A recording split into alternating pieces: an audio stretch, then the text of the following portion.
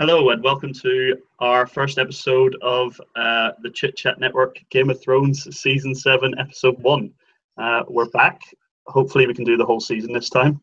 But joining me today, we've got Tom.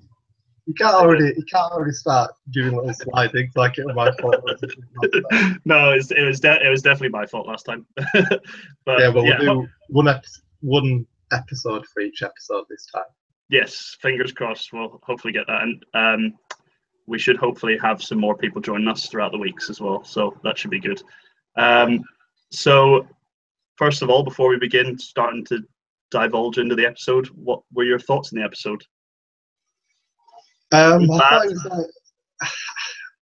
thought it was a good introduction. It was just setting the scene right from the start. Everyone was just like, it was a bit of like, this is what happened last time. Set the little reminder, and then I don't think it was bad. I really liked the Arya stuff, especially with the creators. So I'd give it like a nice solid 7, just starting off with. I'm sure there'll be a lot better ones to come in. A 7 for season 7, yeah. Yeah. I would probably agree on that point. A lot of people seem to really like the episode. I was a bit underwhelmed by the usual standards of Game of Thrones, but to be honest, it's the same with the start of every season. They've got to reintroduce what the characters are doing, where they're going. I thought a lot of the scenes seemed to. You could probably watch episode 10 of last season and this season back to back, and that links up quite nicely. So I suppose they've done a decent job with that. But overall, it was kind of just, here are the characters you like and know, and here's what they're possibly going to be doing throughout the series. So, but as far as I was concerned, not a lot happened. It was more just there was a lot of good character stuff, but not a lot of events that sort of drove the plot. So, what would you agree or disagree? Yeah, I agree. I mean, yeah, I'd agree with that. There wasn't like the usual amount of intrigue. Like, I would have preferred a bit more Littlefinger. Well, it's just become this kind of sullen, pathetic figure. Whoever is like that weird, creepy uncle at the party. It's just like, what's he doing here? That's what's actually really worrying me about this season. It seems like they're trying to, just going by the first episode of this season, it seems like they're trying to weed Littlefinger out of the picture slightly, which I hope's not true. I hope he's got a bigger role to play in the overall story arc, but whilst we're on Littlefinger, we may as well start in the north then, if you want to get going with the discussion. I would say Littlefinger this season, I hope, has got a bit more to do than he did in the first episode. Let's just say that, where he just comes up and starts annoying Sansa.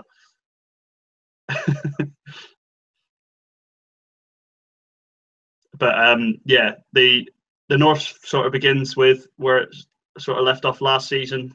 Jon Snow is the king of the north, as named by little Lyanna Mormont and the rest of the crew. It's good to see her character return, really. I mean, sometimes I'm not usually a big advocate for sort of the young children character being raised up to be this big role, but it was good. It was good to see her back, because the Mormont family are ones that aren't really talked about too much in the books, and I mean in the show. Sorry, they're talked about a lot in the books, but not in the show. It's good to see them get a good character trait in the young Lyanna Mormont.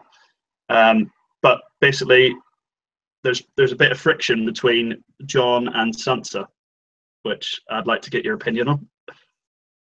Yeah, I thought it was very interesting, because a lot of the things Sansa was saying, I don't think it's that much a product of what their characters are like themselves. Like, I don't think Sansa's more brutal or anything like that.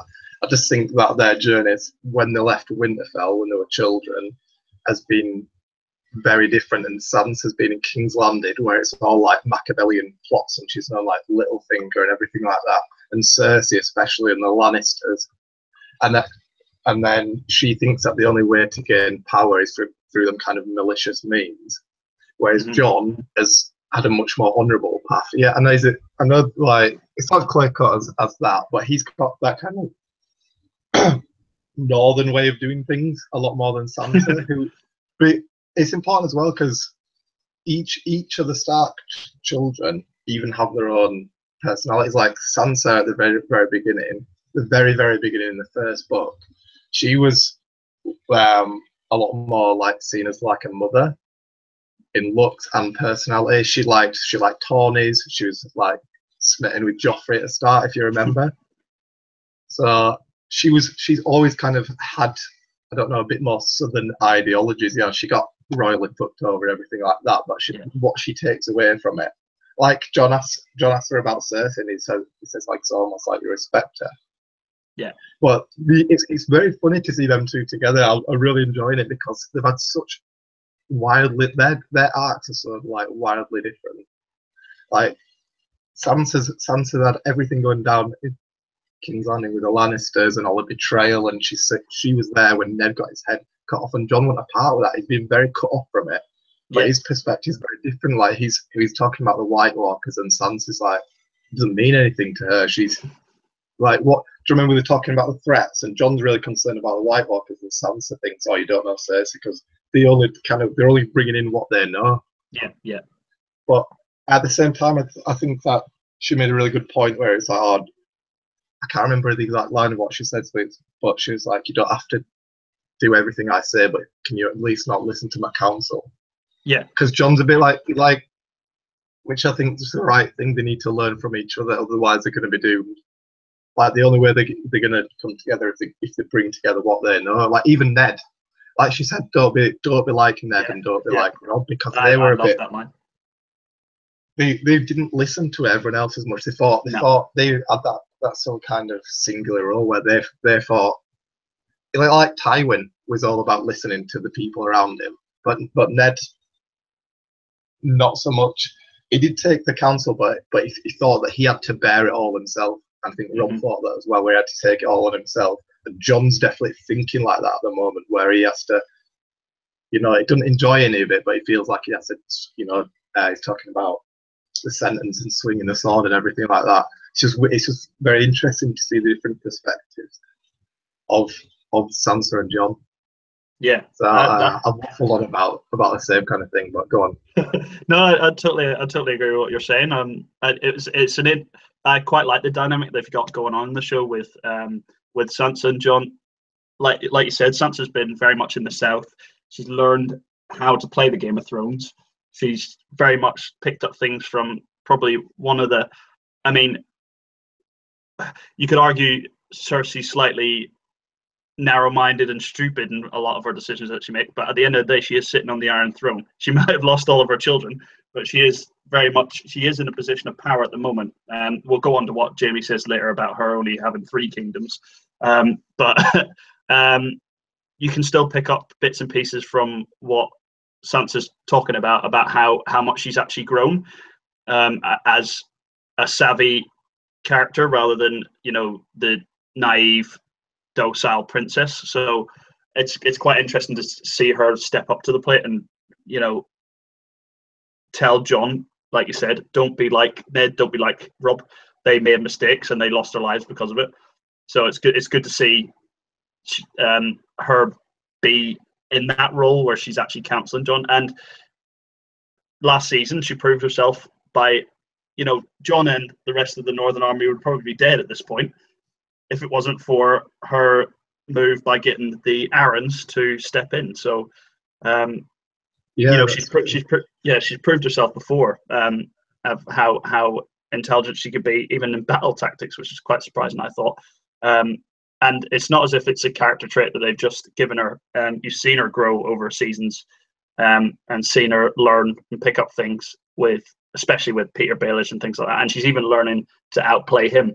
There's a great scene later on where Baelish comes up and tries to sort of whisper in her ear, and she's going, she basically just tells him to shut up, which I thought was, she has a better line than that, but I thought it was hilarious. She says that her end line is brilliant, which is like, she cuts him off and then just says, I'll assume what you're about to say was something witty. That's it, yeah. It's really good because he is, and it's almost like she just said, I can see, she's just letting him know that she can see through it now.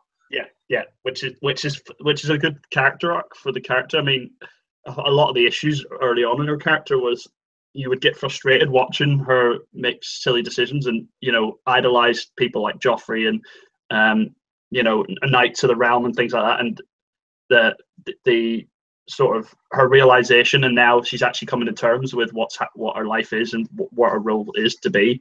It's interesting to see her become more queenly, which is a big role for her, I think. Yeah, one of the other interesting things there was that Sansa always idealized the notion of a knight, and the truest knight ever throughout the whole thing, especially in this time frame. I know there's some of the historical things the scene as like been more knightly, but Brienne, even though she's a woman, she's actually the Hound in a different way, in my opinion. But that not a lot of people agree with that. But Brienne, as an out and out, what you'd expect, everything that a knight should be in terms of chivalrous, honourable, courageous. She's all of that. Brilliant fighter. She's all of everything a knight. And also something that what a knight should be is she does exactly what she's told, and she's not outspoken. She's very. She keeps her head down, and she doesn't know what to say, and she's a bit awkward and ungainly. So she just likes to be told what to do, if that makes sense. Yeah, 100%. Yeah, I think what you were saying, they're touching on Brienne and the Hound. I would agree with you on the Hound being they're both two ends of the spectrums of what a knight is. The Hound represents the knights of the Seven Kingdoms. That's what they're like. He says it. They're killers. That's what they're there to do. They're soldiers and they're killers. And but in his own character, he keeps his oath. Maybe he says "fuck the king" at one point, but at the end of the day, he does it to an extent, and he is very, very knightly, but in a differences to Brienne, where Brienne is all about honor and oaths. And we'll get onto the Hound later. Though. Yeah, definitely. We could talk about the Hound all day, to be honest. But, we'll get rid I mean, in terms of the North, they're building up that Jon's building an army. He's sending the wildlings to Eastwatch by the Sea, which I think will lead to a big battle with the Whites. But that the pieces are moving up in the North, and Jon is very focused on what seems to be the battle towards the North rather than so much as what Cersei's doing in the South. And obviously, I don't see that playing out 100% in that way, where I think they're going to be fighting on two fronts. And it'd be interesting to see what will happen in that realm. But yeah, in terms of what Jon and Sansa's dynamic is, I'm really interested to see where that leads us in the rest of the season. And hopefully Littlefinger doesn't peter away. No pun intended. Yeah, just one final thing on it. Obviously, it's pretty clear it's all set up as what's going to happen. There's a huge invasion. It's like man versus white. Just a small technical thing. What do you know? The Night's King has touched Bran. Yes, I don't fully understand the implication because I don't like to read too many other theories about it. But do you know when Bran's getting let in at the gate? Yes, yeah. And then Dolores is like contemplating whether to let him in. Mm-hmm. I think it's possible that because he's touched Bran, I don't know how the magic works with it, or because it's a bit vague with that. But does that mean if Bran gets let in, then he can now access the wall? Or? Well, that is my understanding of it as well. It would be that Bran is sort of now a gateway for the Night's King to access certain areas. That's partly how I believe it to be, is that he's now got a sort of eye on Bran and where his location is. So that would make sense to me that is how maybe they're going to access the wall itself with that magic. Obviously, like you said, it hasn't been explained at all but they've set that up to make sure that that's a plot point at a later stage. So it would make sense that that's an access to the Night's King being given access to the wall. Another interesting thing about that, actually, in the scene with the the horde of whatever you want to call it, the army of the dead or whatever, you can see the Night's King has what looks like to be a horn on his in his sheath where a sword should be. So I would say that they might go with. I didn't notice that when did that happen? Did it? So do you know what? Well, when they're marching towards, they don't focus on it. I just caught a glimpse of it, and I'm just speculating at this point. But there's a rumor about the horn of, is it Joramon or what? An old character, and it has the capability. Yeah, I can't pronounce it either. Yeah, but it's supposedly the only mythical weapon that can bring down the wall. So unless it's a prop or just something that I've noticed that isn't relevant, but I believe that might be another way that they access the wall. Because for me, the idea of the wall has always been throughout the story that at some point it's going to come down. That's how I've seen it. So it would surprise me if there isn't a way that he can do that. But yeah, I'd be interested to see where that leads. Yeah, I was thinking that like it being up there the whole time. I feel like it has to just for just as a story and just how dramatic it would actually be. But yeah, I agree with what you said. I didn't notice that though. Was it on the Night King, like on his belt sort of thing, or it's either on his belt or he's holding it? But there's definitely a horn shaped weapon that's not a sword. So yeah, it got me excited when I watched it, but at the same time, it was pure speculation of what is actually happening. So another thing as well, there's giants. There's giant. Yeah. I think a lot of people speculated that was 1-1, but I think his it was. He had one eye, there's more than one. There's more than one, but one of them was Yeah. So that's quite interesting. But yeah, it's another thing that they're building up to that I hope we do get a payoff this season. Maybe not obviously that you'll not obviously get the big battle, but you'll get some sort of battle between. I think it's leading towards Eastwatch because they've set that up with Tormund going there. Was there anything else to touch on in the north that you'd like to before we? No, the only thing I always kept wondering is like, Daenerys. I feel like something in terms of a power shift has to happen to the dragons because the dragons, 3 of them, even the army of the dead, they could just fly right over there and just breathe all and fire. Like, do you know what I mean? The dragons still seem like by far the most potent weapon, and I feel like either, I don't know, someone else steals one, or there's some kind of, or another dragon comes, or this ice dragon or white dragon. That's the big thing that everyone's. Some kind of fight. So that'll be just interesting to know which way they'll go out of that. But I feel like it's not just going to be Dany keeps all the dragons and gets to use them as a weapon. Something that got to happen to like hinder that in some way. I've always had it in my head that one of them are going to die, just to set up the possibility of look, these dragons are expendable. So it would create more tension because obviously at the moment they've been non-stop just running through armies, killing everything. Every time Daenerys needs an out, she's got a dragon. I mean, they set up slight conflict when she had to lock away her dragons, but she's got them back now, and they're free to roam around Dragonstone. So yeah, it would be interesting to see what they do. Like you said, there's plenty of ways that they could set it up. It'd be interesting to see the army steal one, or someone else who can maybe wargs into a dragon and turns it against them. That sort of thing. So it would be interesting to see. I would speculate that one dies, and then good old Night's King brings it back as a resurrected dragon. That would be my speculation. Yeah. That's what I was thinking as well. But I'm not bothered as long as we see a 1-on-1 dragon fight. That'll be funny to watch. Yeah, definitely. But whatever way they do it, it'll be brilliant, probably. But that'll be, because we've never seen it. There's only the stories and things like that in the books, and there used to be millions of dragons fights all the time. So they've got to put at least one of them in there. Yeah, I would totally agree. Right, let's move on. So what's the next area?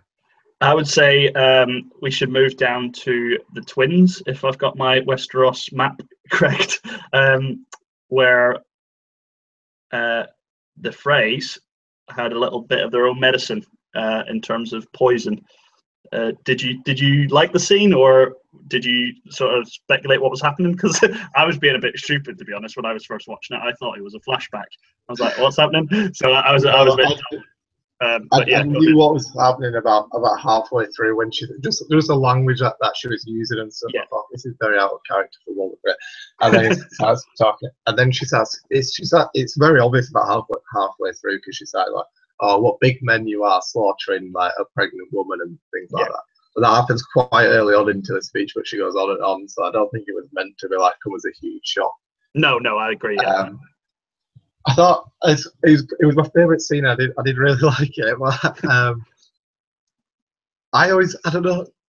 I'm always like, I can't get my head around like the power things of it, and it's like, I feel like in the book she wouldn't just be able to have this kind of power where she can just be anywhere at any time, and she swept straight in there and managed to poison every single one of them. Like the houses and castles and things like that are pretty penetrable. It's like medieval Europe.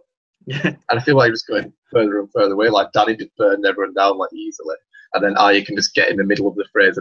And what did she kill off the whole line? Just like what was that? There's just like a room full of them, and then I thought like it was all a bit ridiculous in like that way, but it was really brilliantly done. Like it's just simplified. It's just simplified for the show, and it's really I was thinking, how did she get in the castle? It's a drawbridge and more. I'm really like sticky for things like that. So that annoyed me slightly, but it was a good way to write off the phrase. Do you know, like a lot of people, like you, we would have been speculating after that. Oh, okay, what's happening with the phrase now that Lord Frey's dead, etc. But yeah, it was you could argue it was a cheap way to kill off the Frey family, but it's also it was very satisfying to watch, Red Wedding reversed, and to see Arya revel in that murder. She's sort of she's done what Lady Stoneheart couldn't do in 3 books, is kill off all the Freys. So she's kind of overpowered at this stage, but at the same time, that's probably what we want to see her doing, is becoming this, ruthless killer. And they do later on when she meets the Lannister group with head honcho Ed Sheeran. They do sort of counteract that point where she shows a bit of morale and human nature when she's having that discussion with them. Still up in the air though, that a bit, because it could cut to her next episode with them all dead. Yeah. She's looking at the swords and everything like that as well. So I think we've left that as to say like they can go either way with it, and either way it doesn't really affect it too much, because she saw that. I think that was more like just showing that she's not completely lost herself to vengeance like Lady Stoneheart. She's capable of feeling some kind of different way with it. She's still Arya there, but she's this kind of just wraith of vengeance, isn't she? Where she's just been on it's to think about it in actual real terms. It is in any kind of like, it looks cool and everything, but really it's just this demented, revenge-filled small girl. Well, she's a little girl, right? All she is do you know what I mean? She's like a young teenage girl that's just mass murdering all these people for vengeance and things, and spending a hell of a lot of time on her own. It's like, it's really cruel and sad if you can go out it that way, but in terms of like how it looks in the show and stuff, she's really I think you're right. Yeah, it's sort of like you said, it's quite sad, but at the same time, I kind of hope they don't go the way of she just ended up murdering them all, because that humanity in her is the thing that will make us want to root for her, rather than go, okay, she's just a psycho killer now.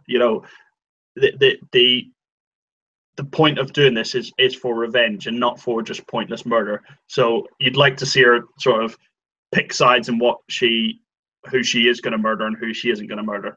On that note, it's interesting to see that she's actually going south rather than north.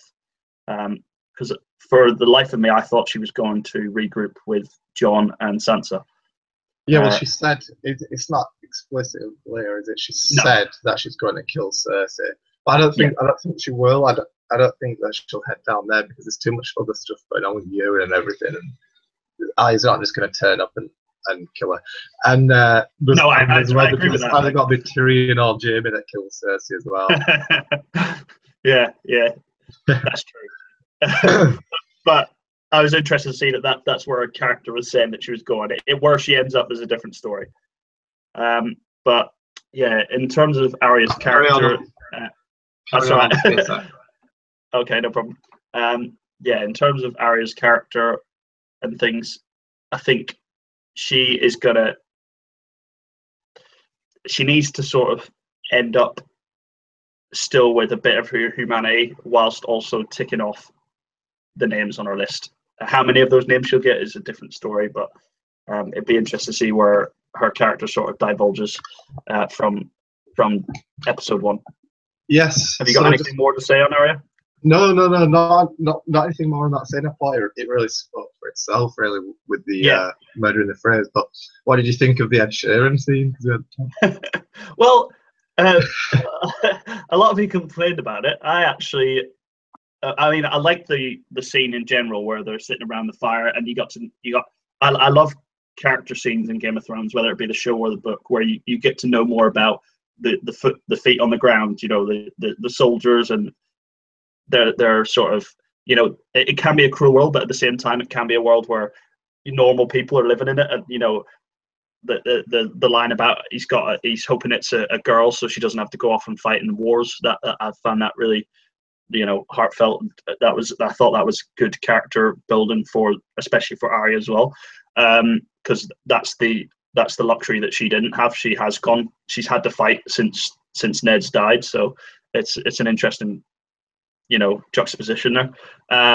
But what interested me was not Ed Sheeran in particular, but what he was singing, and he was singing Hands of Gold, Hands of Gold, which sets up, I think, what a lot of people are theorizing and what I would think the way it's going in the show. And I think we should move on to Cersei and Jaime. The relationship between them has now broken down, I think. So it'd be interesting to see what your thoughts on King's Landing is. But do you have any more points on the? No, just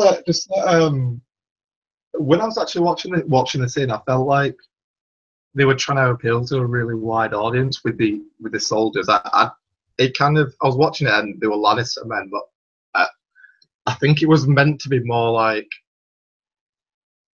just a kind of point about how terrible war is, and it made me think about Afghanistan and stuff in the modern world. I think it was trying to do that because the way they would describe it and things like that, and he's talking about his son, and I feel like the show writers there were just trying to say that, but the vast majority of people stuck up in war type situations are like this, and it was just a bit of a throwback to not only like medieval times where vast majority of the population didn't want to be at war and they kind of had to be, but also modern day war as well.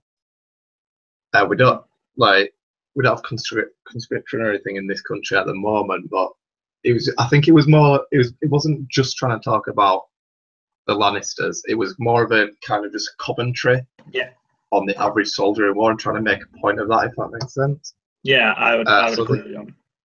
That's what I was thinking while watching that, and I almost forgot it was Lannister soldiers and Arya at the time, because it was talking in a very general sense, wasn't it? Yeah, definitely. But yeah, so yeah, I quite like the scene. I mean, just about everyone on the internet and everything like that complain all the time about Ed Sheeran ruining Game of Thrones. Everyone's so serious all the time about everything, aren't they? It's like, oh God, calm down. What did he do wrong? He sang a song that was relevant to the show, and then he had like one or two lines. Why is everyone kicking off at him? They're just so. I mean, it was sort of. It does sort of take you out the scene slightly, but at the same time, it's a cameo. Get over it. He's not going to be a recurring character. He's not going to end up killing the Night's King at the end, is he? So, and then singing fucking "Shape of You" while he does it. So I actually like the scene as well. I don't know why everyone's complaining about it so much. Exactly. Yes, that was the thing I took away from it. I enjoyed the scene, and it was a really good scene in terms of character. The characters were likable, and you sort of there's plenty of stories like that in Game of Thrones where you're not focusing on major characters. You get a better view of the peasants, so to speak, of the world, where they're living the wars that these characters that we followed throughout the years have created. So it's interesting to see that perspective, and I always like scenes like that where they delve more into what the characters are sort of going through rather than the major plot points. So I really enjoyed that. Yeah. And on to Jaime and Cersei. She's just she's in such a compromised position at the moment. I mean, she's been in precarious situations before, but the power of her house, as soon as Tywin died, has just gone decreased and decreased and decreased. And the only thing I'm thinking about her is how are they still alive? Yeah, it's more a matter of like when and how they're gonna die rather than if they're gonna die at this stage. Because how could just the whole way it's set up, and it's a bit like. Did you see, by the way, the picture of where Jaime stood on the fingers? Yeah. I quite appreciate that. For anyone that doesn't know, at the time as well, which is like one of the only little secret things I think I've ever noticed. Like you saw the heart.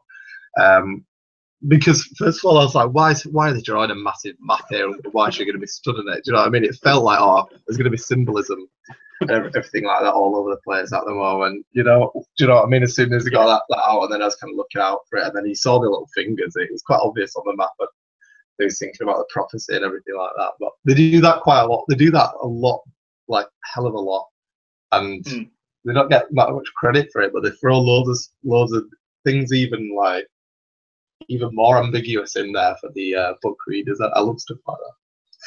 Well, there was a lot of references to Jaime's hands in this episode. There was the song I was speaking about earlier with Hands of Gold.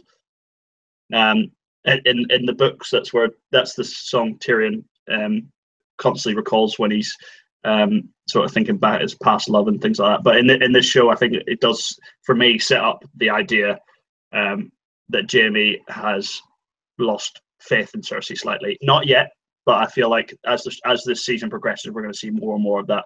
By the way, for the prophecy, I always said that it would make a lot more sense and a lot more fitting, especially for Jaime's redemption arc, for it to be him that strangles Cersei rather than Tyrion, because it's a little. But I can't pronounce it, Bolonquer or whatever they call it. That's it. Yeah. But it's a little brother, and Jaime's a few. Ever so slightly younger than Cersei, even though the twins he was born after, so his younger brother, isn't it? But well, the prophecy's always played cruel tricks on how it doesn't state outright what's going to happen. It more riddles it. So, and Cersei's very much she gets focused on one thing, and the fact that she's focused on Tyrion being the little brother that kills her is kind of tragic in a way, because that's partly one of the reasons she doesn't love Tyrion, is because she's constantly in fear of Tyrion, and the fact that it would make a lot more sense narrative wise, and if you were to go sort of Shakespearean, it would be a lot more tragic for Jaime to end up being the one that strangles her, and he could be both a Kingslayer and a Queenslayer.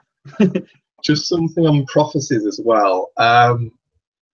George R. R. Martin did this several times, and I think it's a whole theme running throughout, where everybody looks at, even people trying to predict what's going to happen, and say, "Oh look, Azor Ahai," and have all these theories, these prophecies don't necessarily have to come true.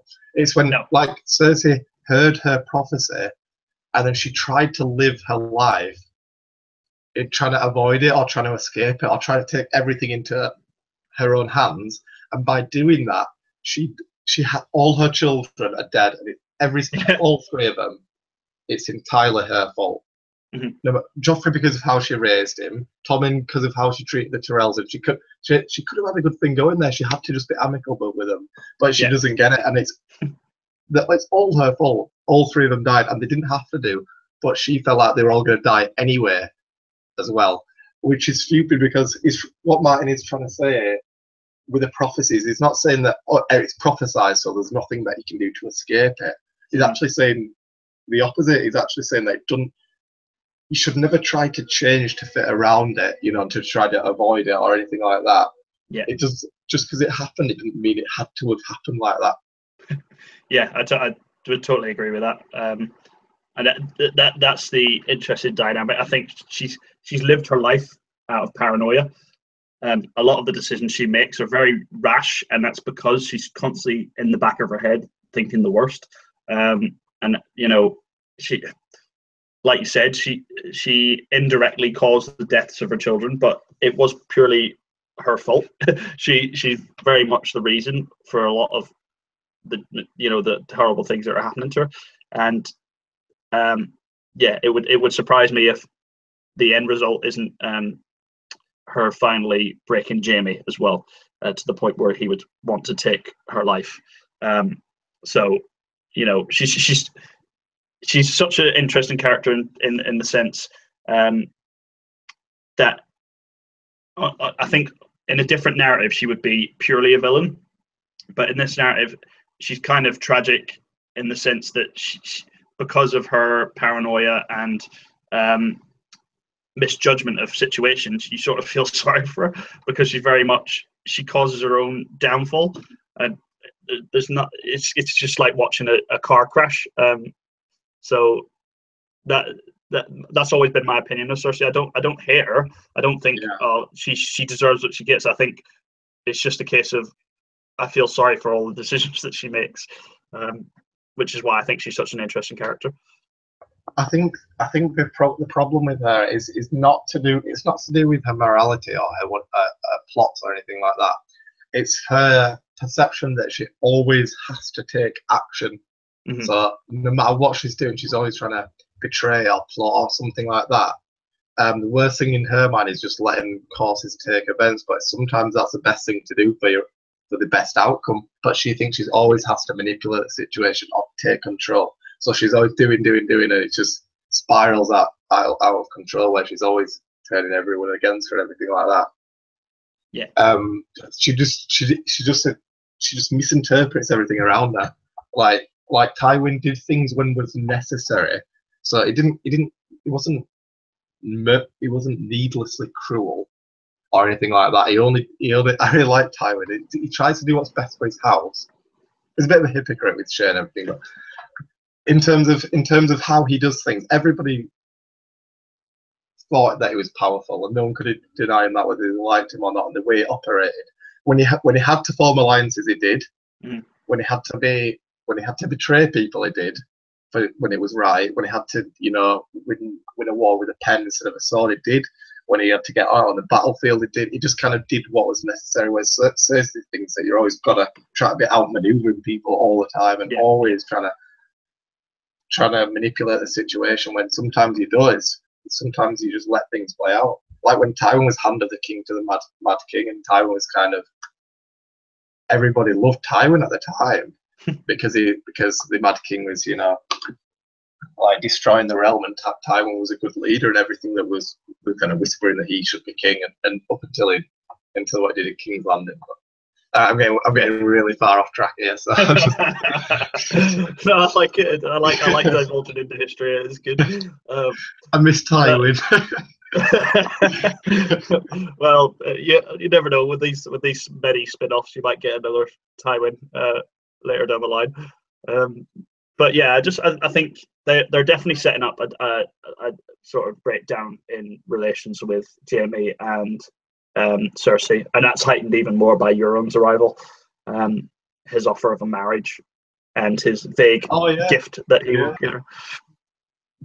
What do you think about Euron? Because I really like him as a character, both in the show and the books.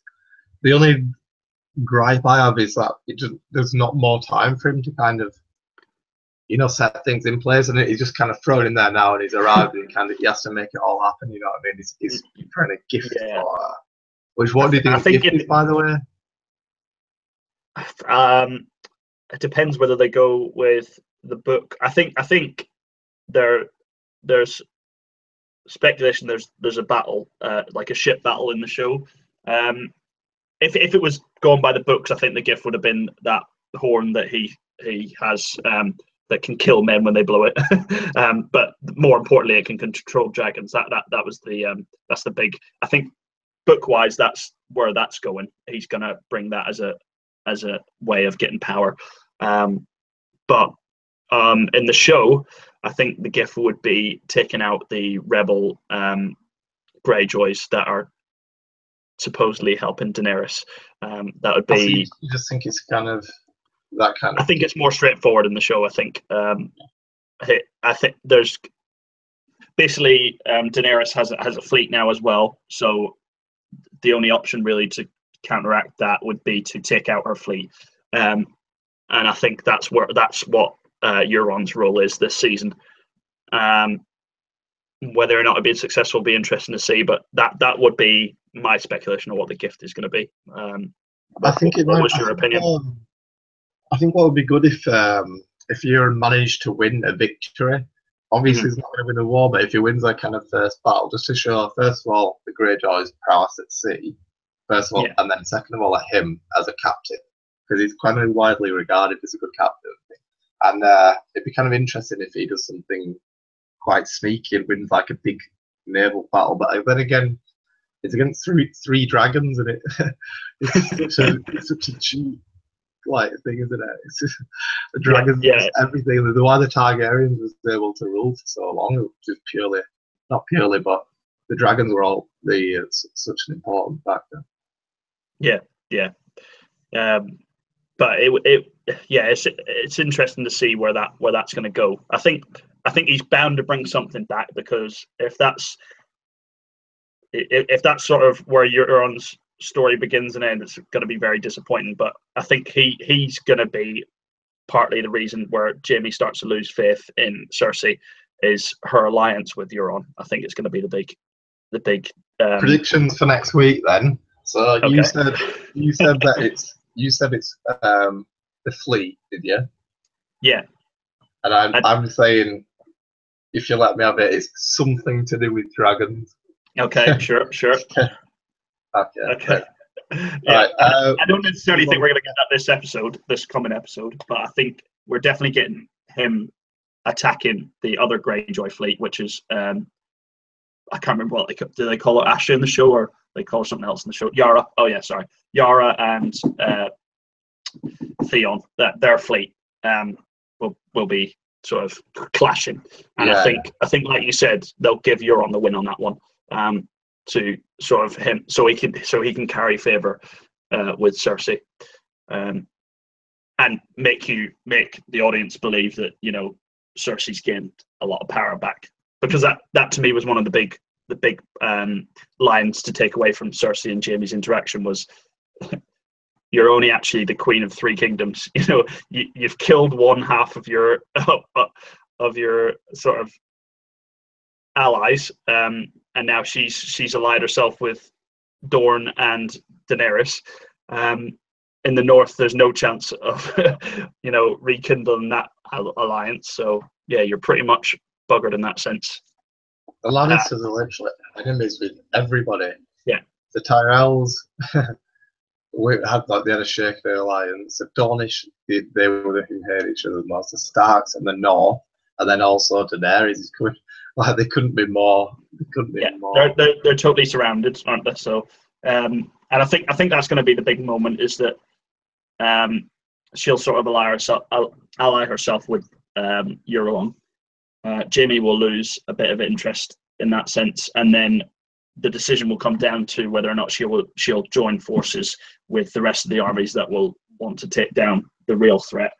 And she'll obviously, in her ignorance and in her, like you said, in her want to manipulate a situation, will decide against joining forces, and that could be her ultimate downfall, I think.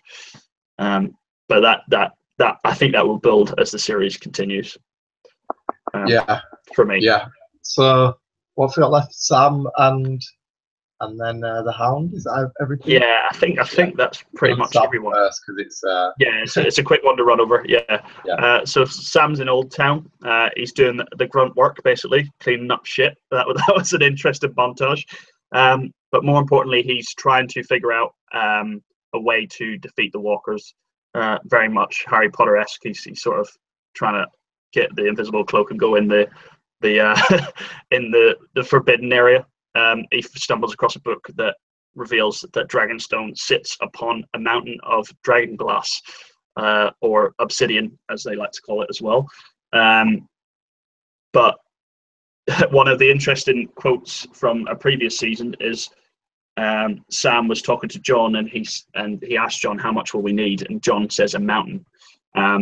So it's good to actually see that there is a mountain of dragon glass to provide them with the right amount to defeat the armies. And obviously that's where I think Daenerys will come into play as well a bit more, but we'll get onto her in a bit.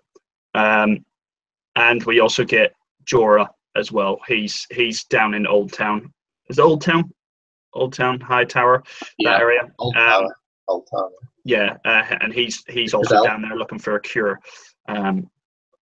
which I believe he will find down there, hopefully. Any opinions on that scene? I mean, I did like it as a scene, but again, it was very much it was a good. It's stuff that we already knew, really. I didn't really have much to say about what Sam was doing and everything. It was kind of like I already knew what he was talking about. I can't remember. The weird thing is, I can't remember if I knew about the obsidian on Dragonstone or not. I felt like it might have been mentioned somewhere, and I wasn't sure if I knew it or not. I think it's a reveal. Apparently, I couldn't remember this, but I read somewhere that Stannis told Sam in an earlier season that Dragonstone sits on a mountain of, or sits on obsidian. So that's interesting that he then finds out later on that that's true. But yeah, I think that was the big takeaway from that scene, wasn't it? That yeah, there's also something that the Maester was saying, which I thought was supposed to be like innocuous, but what I was taking away from it was he's talking about the we've had wars before and we're still here, and we've got the White Walkers before and we're still here. Mm-hmm. What he's talking about there is just a fallacy, because if you put ourselves in their situation and think of the modern world, just because we've survived everything before, that doesn't mean that we'd survive the next one. Mm-hmm. That it doesn't work like that. Yeah. He's saying that, because we've always survived it, we'll survive again, and we was worried about it before, and that's his interpretation of how it works. But that's just not true at all, because if King Jong-un decides to start letting off nuclear weapons and Donald Trump goes crazy and Putin and everything, and then we all die, then it doesn't matter all the times that we survived before, because it don't work like that. Just because you survived something a million times before doesn't mean that you'd necessarily survive it the next time. That's a false fallacy. So I don't know why that was in there, but I felt like I just wanted to challenge that a bit. Basically, I felt like it was there to be. Maybe it proves their ignorance slightly. I mean, they're knowledgeable people and they're scholars, etc. But they are very much in their own world in terms of they're very isolated from the rest of the events that are happening. Especially when you go there to learn how to be a maester and etc. They're very cut off. I mean, this is the first. Last season, this season is the first real time we see Old Town and the High Tower and that Citadel. It's not really mentioned past maesters talking about when they learned stuff there. So maybe it's going to be Sam's fight to sort of prove to them, look, this is happening. We need to do something about it.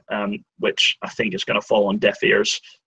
Which a lot of these people are very skeptical and very analytical. So when some guy comes down from the north and says that there's the magical creatures that are coming to attack us, they're going to very much say, well, let's look at this a bit deeper. But they're also going to be ignorant in that sense as well. That would be my takeaway from it.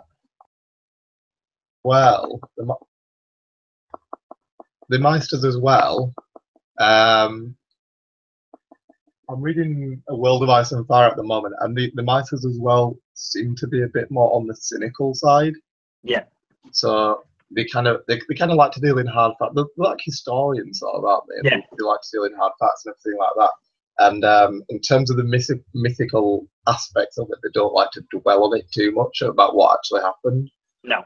Because I'm reading The World of Ice and Fire, and that seems to be the case where they talk about it, what's written down, but they don't divulge it further. They just kind of, there it is, and then they only kind of base it on the likelihood of it happening. So in terms of the White Walkers and dragons and everything like that, it don't seem as in, I don't know. I felt like there's something in there, but I couldn't quite put my finger on it. Yeah. We'll move on. Yeah, yeah. Even on the small scenes, we can divulge way too deep.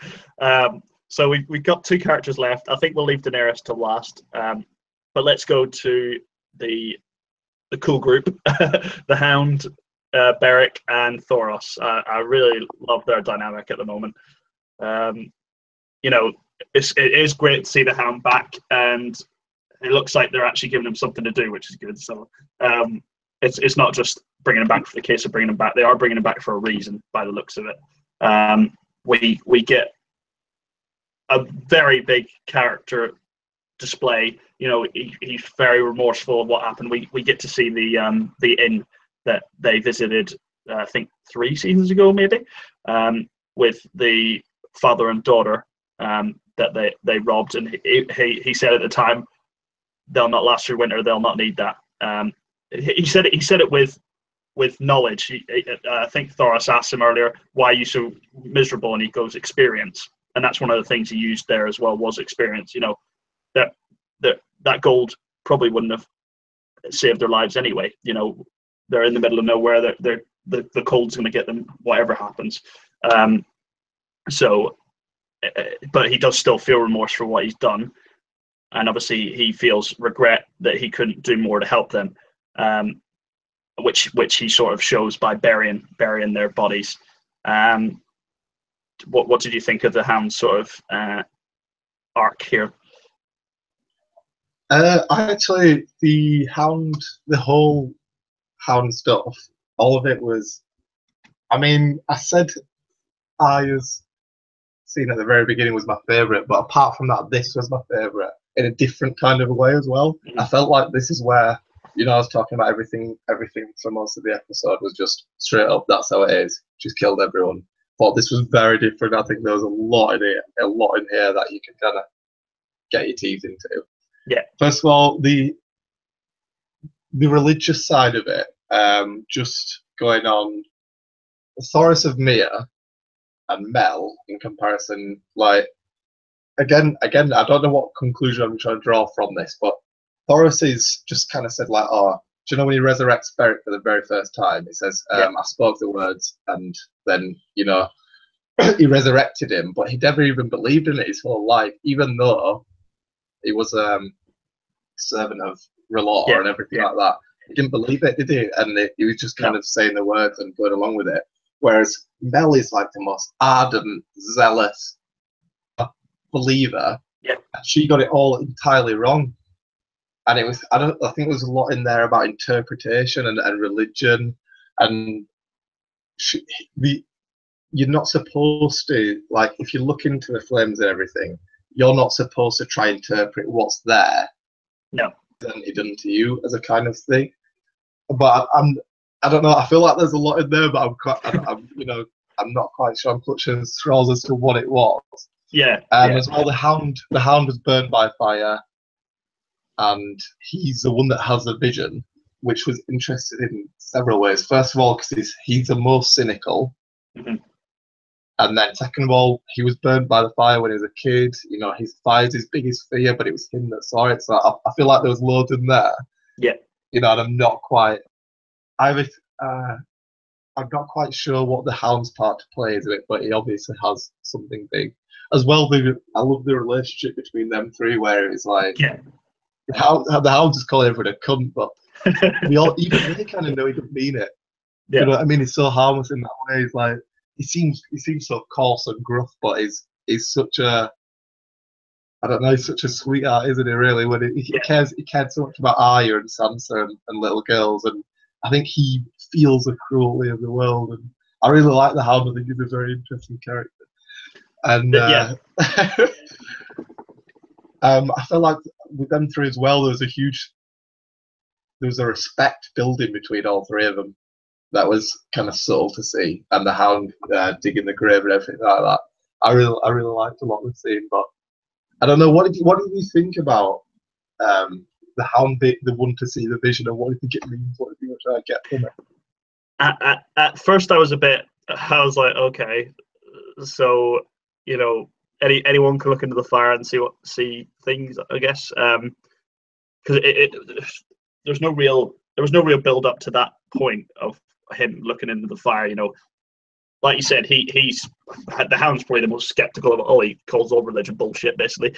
Which it's interesting to see him later when he's burying the family actually quote the seven, which I thought was quite a funny scene. Because he's trying to find faith, but at the same time doesn't really care for it. But the looking into the fire, I mean, there's probably a lot that you could analyze from what he actually says and what he sees. But I can't remember all of it to sort of even know where to begin with that. But obviously it'll play a part later down the line for his character. But I think what it shows is it highlights his change in character from before his, you could argue, his death and then his resurrection. He's obviously that wasn't the case. He was just sort of revived, but it seems like a resurrection for his character. So I think that sort of just drummed it home even more, that he's now allowing certain things in, and he actually did see something in the fire, not just he didn't just poo-poo it and say, "Look, I don't want to do this. This is bullshit," which is what he'd usually do. So I'm not really sure what to make of that yet, because there's we haven't had the outcome of it yet, so I'm not really sure where that's going to go. But like you said, talking about the camaraderie between the three, if there is any camaraderie, but there is definitely respect there. Even if he does say to Beric, a lot better men than you have died. Why are you still here? And Beric explains that to him. We've all got a purpose here, and I think that sort of made himself realize, maybe I do have a purpose to still be in here, and hopefully in future that will give him motivation to step up to the plate. Because in the past, I liked that about purpose as well. Again, that's the kind of thing I find interesting, because we've got the Hound there, who's like, just is what's the opposite of fate? Well, coincidence, but I can't. Coincidence. Yeah, it's similar to that. Yeah. Or a kind of thinking where you think everything just opposite of fate. I can't think of it at the moment. We got the Hound there, who, well, Thoros and Beric, I don't know if they always felt like that, but since they took the kind of religious path, I've always been like, the fate, everything happens for a reason. I was brought back for a reason. Yeah. And there must, that kind of thing. Whereas the Hound has always been like, he's seen evil people being in powerful positions. He's seen innocents dying, get killed, because his sense of injustice from a very early age. His sister, we don't really know what happened to her, but probably Gregor did something horrible. Maybe it's too morbid to even mention, but I feel like Gregor, I don't know what he did to the Hound's little sister, but it was something morbid.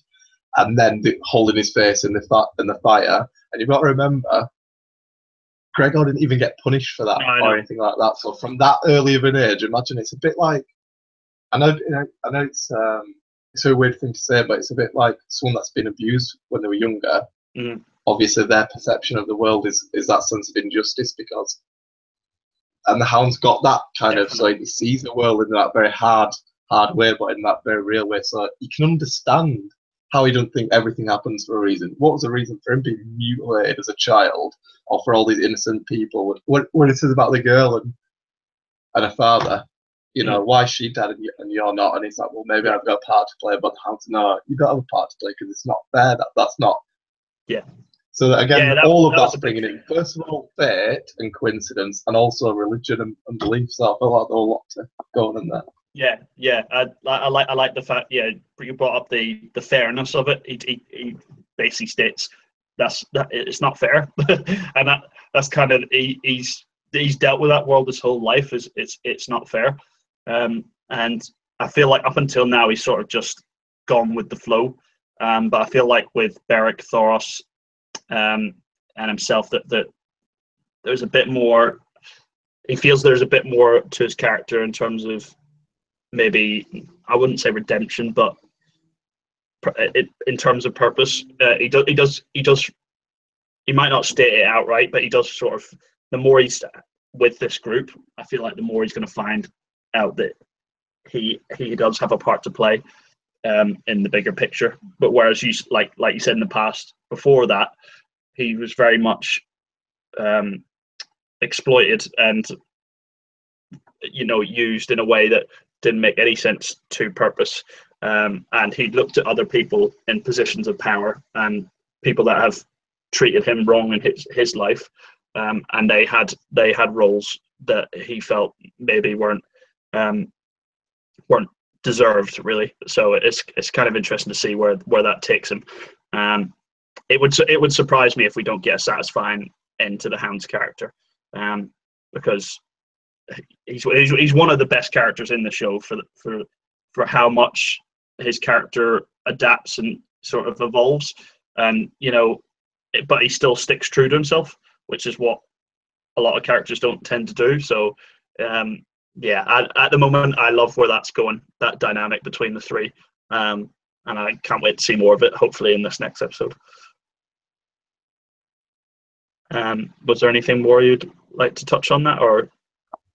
No, not on that one. No, just the Daenerys one left. Then yeah. Should we move on to? Really happened. She just. It reminded me of again. I've just been reading World of Ice and Fire, so it reminded me a lot of Aegon the Conqueror's journey. Yeah, because he arrived from Essos, landed on Dragonstone, and then set sail to. There was no kings on him back then, but effectively the south of Westeros to start his reign of terror and everything like that. And what do you think about Dany though as a character? Because I don't like to read that much like theories and stuff about it, but I know a lot of people. There is one group of people I watch on YouTube, and most of them think that she's just this kind of conqueror, and they all said Stannis was a great leader and everything like that, and that her and then Westeros was never her dream, and then she's just following Viserys' dream. What do you think of her? What do you think she's doomed or what? As a character, no, I don't know. It's a tough one, really. Because since the start, I've always had this imagination of Jon and Dany sort of sitting there side by side, just sort of nodding to each other. Yeah, we did it. You're weird with that one, even when you know that they're related now. Yeah, well, Targaryens have married each other for years. That's the big thing. I think they've set that up too much. But in terms of her, I mean, first of all, it was very satisfying after so long to actually see her land on Westeros. Finally, stuff's going to happen with her character. We've got to the point now where you fully know what Dany's about, how she reacts to certain situations and things like that. But now you could actually see her interact with these other characters. I don't know who she's going to end up interacting with. I think I've seen Melisandre interact with her. Maybe they might have edited that in a funny way, but I think she's going to meet up with her. But in terms of like the bigger perspective, her whole reason for coming to Westeros was to take back her home and take back her throne, and I think that is actually where she's not going to end up. I think when she's presented with the realization of this real threat, she's not going to worry too much about Cersei, and I think she'll be more easy to join the bigger battle rather than focus solely on the throne, etc. Because that's going to be the big decision that she has to make. Does she take back her kingdom, or does she join forces with Jon and his army and actually have a proper battle? And I think in terms of who she's got around her, Tyrion, Viserys. No, Varys. Sorry, not Viserys. If Viserys is back, we got an issue. That Tyrion, Varys, her whole crew.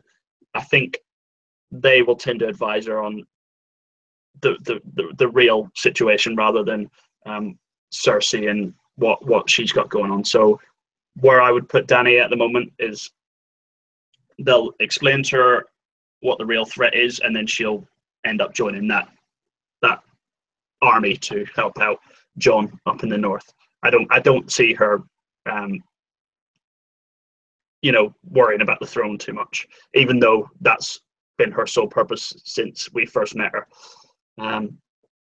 What would your thoughts be on her character? Yeah, in terms of Dany, I mean, she from the very beginning, she starts as a 13-year-old girl with no allies around apart from Ilario and an older manipulative brother, and now she's the most powerful person in the whole A Song of Ice and Fire, that whole universe.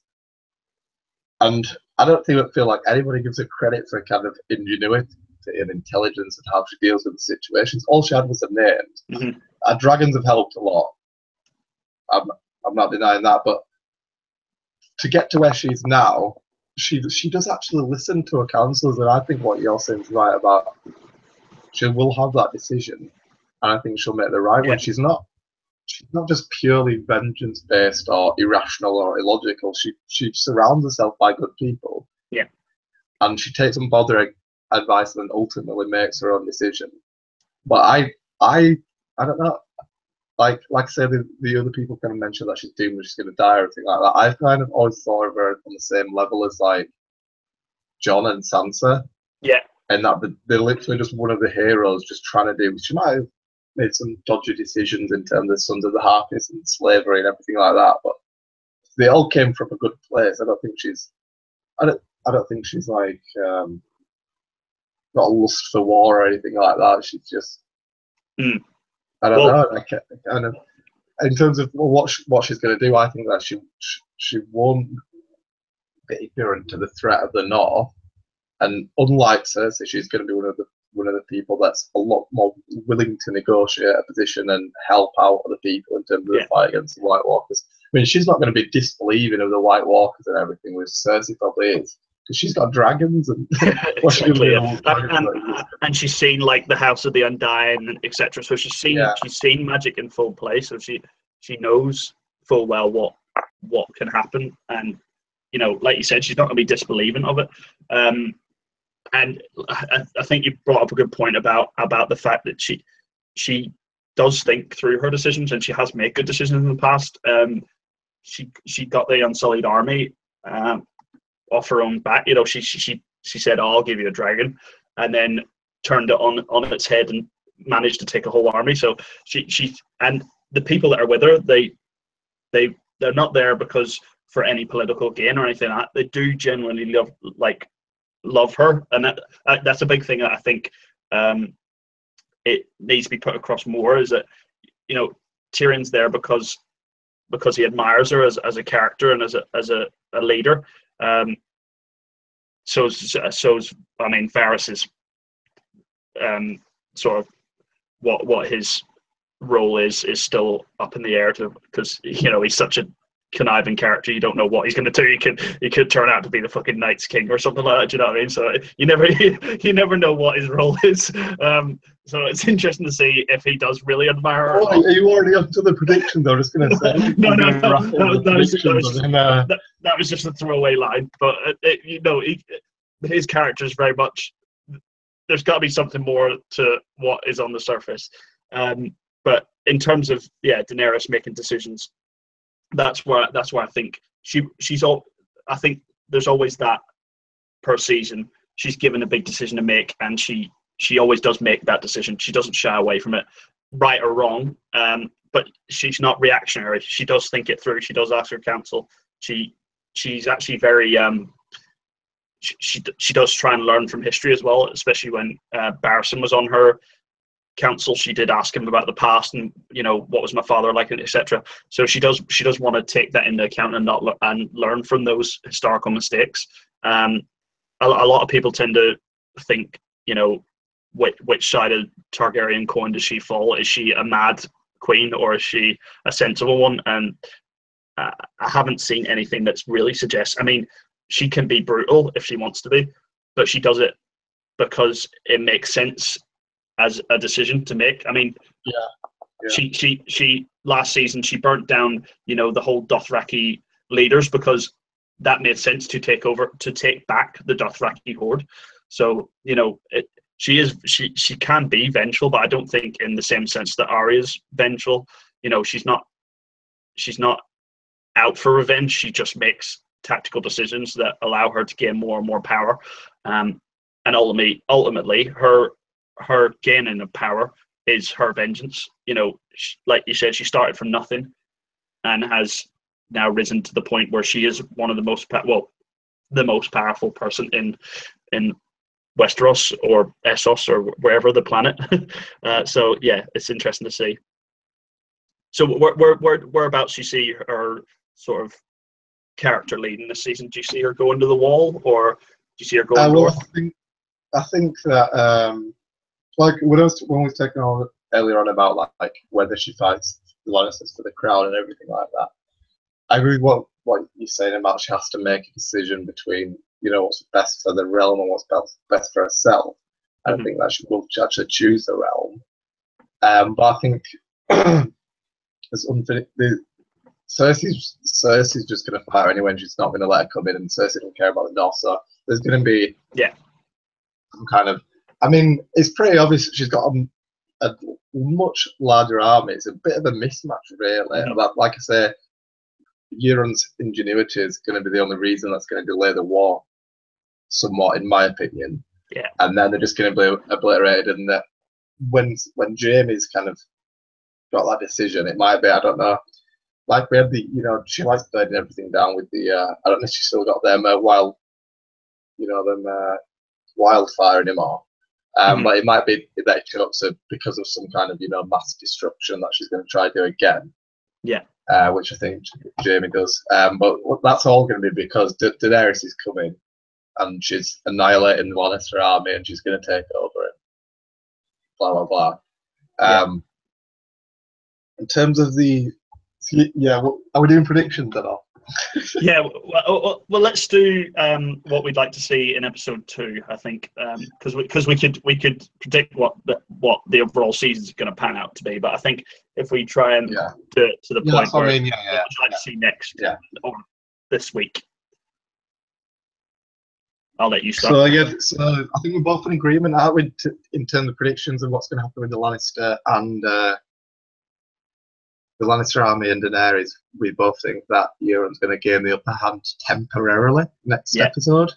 Yes. Which would be good because it comes as a bit of a shock because everything's kind of, when she stood on the map and everything's like she's surrounded on all sides. Which it might get people thinking a little bit if the Lannisters win a victory, which I think they will do with all the Greyjoy fleet. Yeah. And there might be some kind of a disaster in terms of a storm or something like that, like in 300. Oh God, here we go. But yeah, I actually think that because of the length of the episodes and everything like that, I think the White Walkers is going to be a kind of Lord of the Rings type thing where it's like they're just moving down and down and taking land and land, and they're meant to retreat. I think so. I think next episode. Don't think that they're going to bring down the wall next episode, but like you can understand, the wildlings to Eastwatch, is it? By the sea. Yeah. So I think they're going to absolutely annihilate them, and maybe they'll, at the very least, and print the mark in that way. And then also, I think that we'll get a bit more introduction from other characters. So predictions in terms of that. So the Greyjoy fleet winning, the other army making progress, and then some of the characters introduced. Hopefully, I don't know if I don't know if the show really cares about them, but Varys and Littlefinger, what are they saying? I know I'd be very. I think it's really hard to say at this point because we've got so little. But I would like to see a betrayal of some kind, or the setting up of a betrayal that we don't quite know about, whether it be Littlefinger, someone in Dany's army that's discontented. Because it always happens, isn't it? There's always someone that's sort of nappy, like there might be someone within Dany's army that's discontented. Varys might be behind that, or Littlefinger plotting up in the north like he does usually. And so some kind of one of the main armies, a traitor amongst them. Yep. But it's so hard to predict further than that, isn't it? Yeah, that's the thing. Yeah, I think it's hard to predict so close without going what the overall series is gonna sort of decide to do. But yeah, I'd probably agree. I think we are definitely going to get a bit more of Cersei basically being a bee sting on Daenerys. The news will travel across Westeros that Daenerys has landed. So we'll get to see a bit more of what Cersei's plans are going to be. Maybe even see, like you said, Euron win that battle for the meantime, just as a distraction. The North will sort of, like you said, they'll move the Wildlands to Eastwatch. We might even get to see the repercussions of that. And the big thing, Littlefinger needs to do something this season. I hope he's not just there annoying Sansa like a little. You can sort of understand why Catelyn kicked him to the curb if he was like that all the time. But hopefully, we do see him sort of try and be a bit more manipulative and maybe even sway Sansa slightly. I don't think Sansa will betray Jon, but at least plant the seeds that there might be a betrayal in the midst. Maybe even with one of the rogue, what the Northerners are like. There's one rogue unit in that. So, like you said about the betrayal, maybe in Dany's army, there could be a betrayal in Jon's army. Yeah, that's what I was implying as well. Yeah. Oh, okay, sorry. Yeah, so I think you've got to have some sort of discontent on both sides of the coin, just so so the characters are actually up against it, rather than all our armies are together ready for a fight, because they've got to build to that eventual fight. As well, because the way it's set up, we've got 6 more episodes, but everything's set up in a very obvious way at the moment. Yeah. A lot of characters have come together, haven't they? So join up, so like Dany and the like Tyrell and everything like that. Mm-hmm.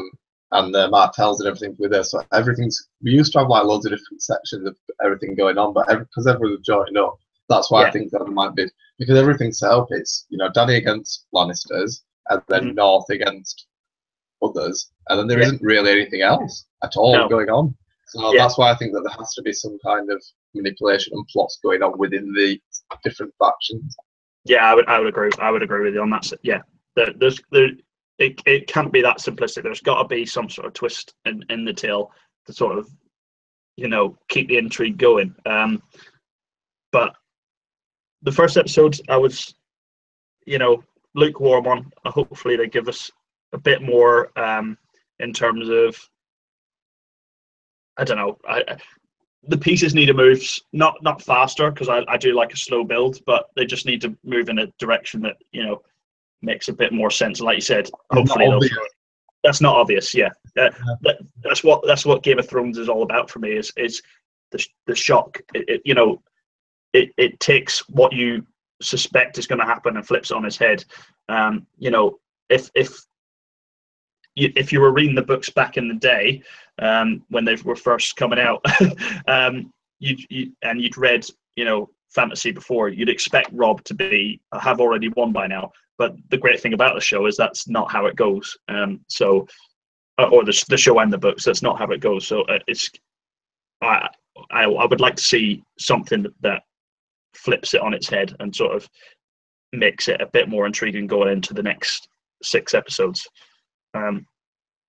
So I think we've pretty much covered everything on this episode. Was there anything more you wanted to divulge in? What's that?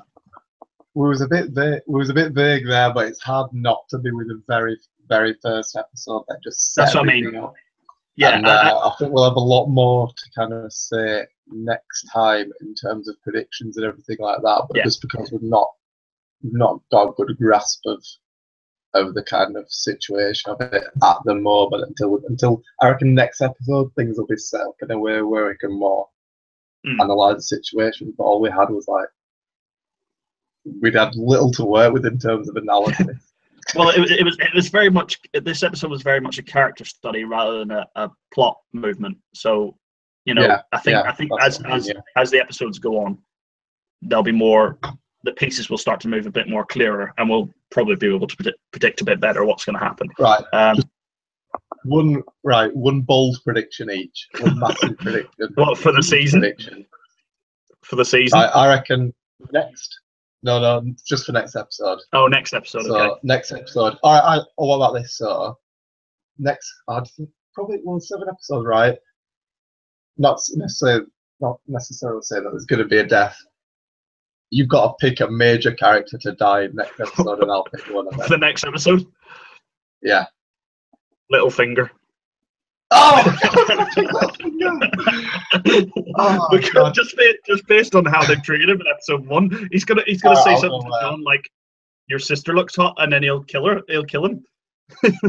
I'll go Theon dying and doing something heroic towards his sister. Fair enough. What? Yeah. All right. Yeah, that's not Theon would have been Theon or Yara would have been my second choice. I think. I'd like to see a bit more from Theon, but his character has sort of done what he's needed to do. Really, you know, there's not much more that Theon can do. So probably a heroic death would be a fitting end. And what better way to do it than you're on driving the sword through him and things like that.